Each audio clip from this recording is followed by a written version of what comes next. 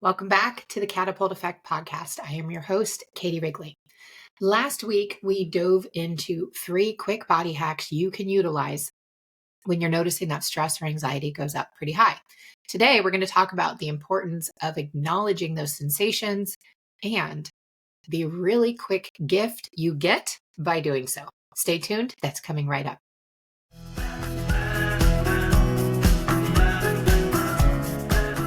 Welcome to the Catapult Effect, a podcast where professionals like you turn challenges into opportunities for extraordinary growth. If you're tired of struggling, feeling lost, and ready to catapult yourself into the best version of you, then you're in the right place. Here's your host, Katie Wrigley. Thank you so much for joining me today. I know you have a lot of choices of what you're listening to and tuning into on the internet. And I love that you are doing something that's going to help not only you, but others in your life. So this month, we are focusing on different hacks that you can do to help lower anxiety and stress and get that nervous system into a more calm, resourceful, flexible state. If you look around globally, and we've talked about this before, stress and anxiety and depression are at an all-time high, which is interesting because that is inversely correlated with all of the conveniences we have created for ourselves. And that correlation, that inverse correlation, has a lot of science behind it, explaining why a lot of our conveniences, such as the screens we watch, are actually tying into this stress and anxiety and depression and mental health crisis that we have globally. Everybody talked about the COVID pandemic. Not enough people are talking about the mental health pandemic, which has been going on and is continuing to go on. And we need to start to help one another find a way to be at ease. It's one of the most powerful things that we can do. So last week, we went over 3 body hacks that you can do very quickly on the fly, nice and discreet, to help get that nervous system into a more calm, resourceful state.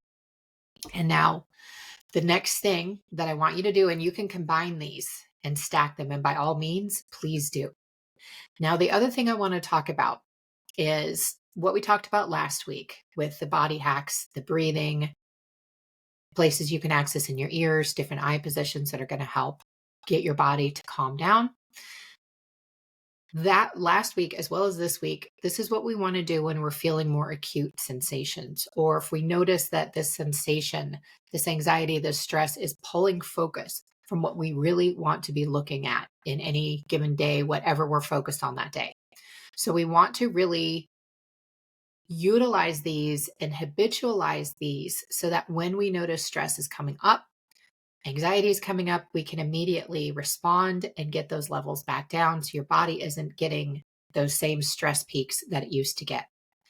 Next week's episode, we're actually going to talk about some different things that you can do as a proactive practice to keep yourself from even getting into those states. So we have 2 different ways that we're going to be approaching this. The body hacks of last week, that's going to help get your body into a more resourceful state and knock off the worst of it, the most highest levels of intensity.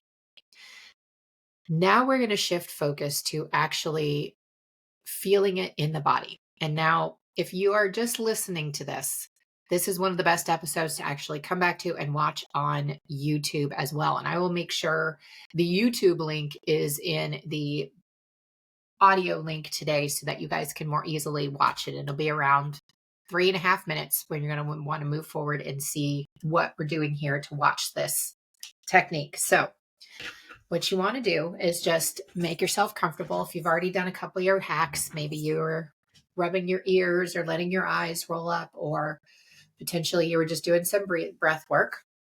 We're going to take a couple breaths together here. And as we're doing so, I want you to start to look down at your body and notice any physical sensation. If you're feeling stressed or anxious, I want you to specifically go looking for those feelings in the body. So what you're going to do is you're going to look down with your eyes open, totally keeping your eyes open. You're looking down at your body and you're allowing yourself to connect with the body.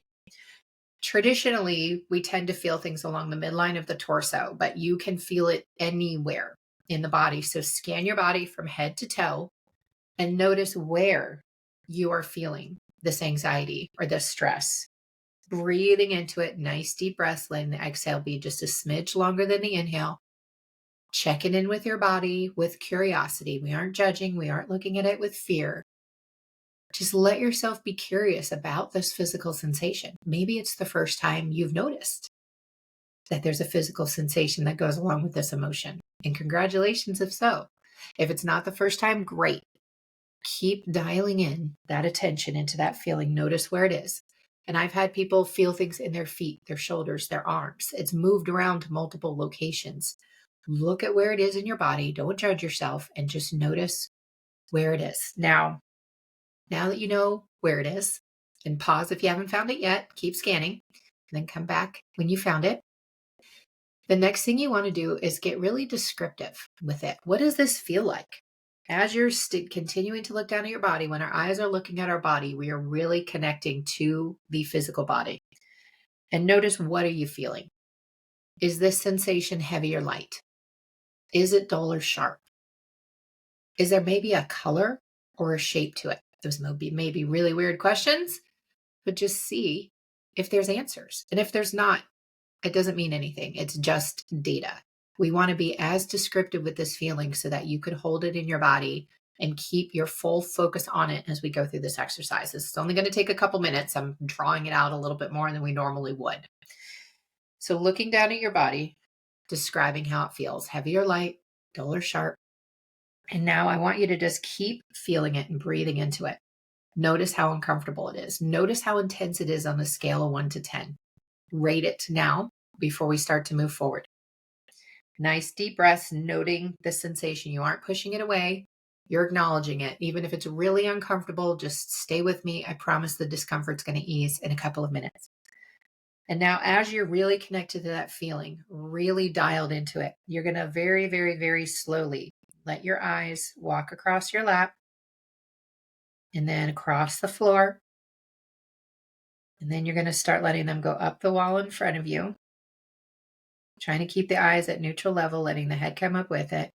Very, very slowly, still focusing on that sensation, just letting the eyes walk up the wall in front of you, holding that sensation in the body. Holding. And let your eyes go all the way up to where the ceiling meets the wall. Deep breath. Put your head back down again. Reconnect to that feeling in the body. Notice what's same, what's changed. Feel into that sensation. Notice it. Get curious about it. Breathing into it.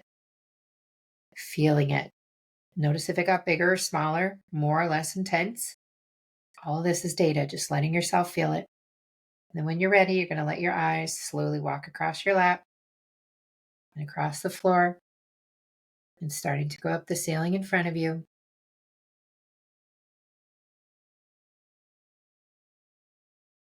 Nice deep breaths. Letting your eyes slowly walk up the wall in front of you till you get to the point where the ceiling meets the wall. Another deep breath again, and then check in with your body this time. What have you noticed? I actually wasn't feeling very stressed. I didn't think I was, but even just doing that, walking you guys with it, I feel actually more relaxed in my body now. So notice what you're feeling in here. And now this is another hack. So this is not something that is going to keep the anxiety from coming back. It's not something that's going to keep the stress from coming back. It is a way to acknowledge it in the moment. One of the reasons that your body is giving you these physical sensations that are uncomfortable is it wants your attention. It is trying to tell you something. It has a message for you. And whenever you acknowledge that wish from your body to communicate with you by really honing in on the feelings and really allowing yourself to focus and feel them, the body is going to release and lower that signal. It knows that you're listening. So now it says, okay, I can ease up. That person has been listening to me, and now I can let go of this sensation. In order to really conquer your anxiety or your stress, you're going to want to work with a coach, a therapist, a cognitive movement practitioner, a mix of the above, whatever feels best for you, to help you really get to the roots of it, take it apart, and make it something that only comes up as you actually really need it in life. So you aren't as stressed. when your boss is yelling at you. You can breathe into it. And your nervous system is not reading everything as a saber-toothed tiger that's about to come hurt you. You can get those signals under control. And by really focusing on the root, a lot of times we can eliminate a lot of that pattern and we can always lessen it. Now, when it comes to anxiety, I have so many people, myself included, that thought, I don't ever want to feel anxiety anymore. I get it. And that's also an unrealistic goal because the anxiety is there to help keep you safe. The problem is that the anxiety and the fear are triggering when your life is not on the line. We want to be able to have those fear triggers when our life is on the line so that we get into that fight or flight mode and we get out of the way. When we are in perpetual fight or flight, this is no longer resourceful. It's draining your batteries. Everything is looking like a threat, and your life is not going to be nearly as enjoyable as it can be when you can get those heavier emotions, that stress, that anxiety, that fear out of your body. And we could do that by doing a deeper dive and finding where these came from. A lot of times, especially lately, I've been hearing people say, oh, I inherited this. I inherited this. A lot of what we inherit is the behavior. It's not actually the genes. We learn from the people that we're around the most, and we tend to be around our family the most when we're little. And before the age of 7, we're little walking tape recorders, just grabbing in everything that's happening to us and not really having any method to sort through and analyze it yet, because that part of our brain hasn't started to grow yet. And what this means is that we will subconsciously, unconsciously pick up these anxiety and stress patterns that we're seeing in our parents, and we will make them our own, and we will have no awareness whatsoever that we've done that. That's just one of the examples. Sometimes life has taught you that it's easier to be scared, that it's easier to be anxious. And that may feel true to a degree, but that's not being held up against the amount it is taking from you and draining you to hold that fearful energy in your body 24/7. It is not actually easier to hold that energy. Even if your nervous system thinks it's safer, we can actually show it that you are safer by being able to drop that signal, because you're going to have a more accurate interpretation of the stimulus around you to decide whether something is a threat or not. Okay, to recap, the importance of really feeling these sensations in your body. Your body is giving you a message through the discomfort of anxiety, of stress, of whatever it may be. We're focused on stress and anxiety for this episode. So by acknowledging it and focusing on it, the body is going to let go and it's going to drop the intensity of that signal. This is something that you can do when you are feeling acute levels of stress or anxiety, feeling like you're stuck or you are unable to focus on what you're trying to do in your day. Last week, we had gone over some various body hacks that you can utilize. I really encourage you to use the tips from the last 2 episodes together and use them whatever way feels the most resourceful to you. Maybe you want to do some breath work, like we said, and then tap into the body. Maybe you want to let the emotions go away by letting the eyes roll up, or giving yourself a little ear massage before you're checking in with your body and really noticing the sensations. I encourage you to play with them and find what combination feels the most resourceful and the most effective for you.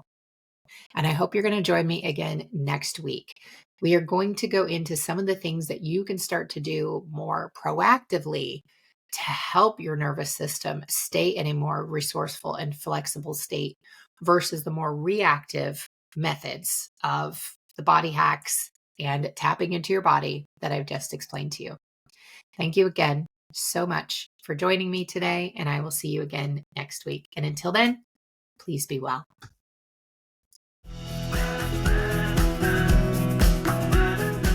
Thank you for joining us today. If you enjoyed this episode, please share it with a friend and leave a 5-star review, which helps grow the podcast and reach others just like you. While you're at it, connect with Katie on social media. You can find her on LinkedIn, TikTok, Facebook, and Instagram as @CoachKTDubs. That's CoachKTDubs. This has been the Catapult Effect with Katie Wrigley. Thanks for listening.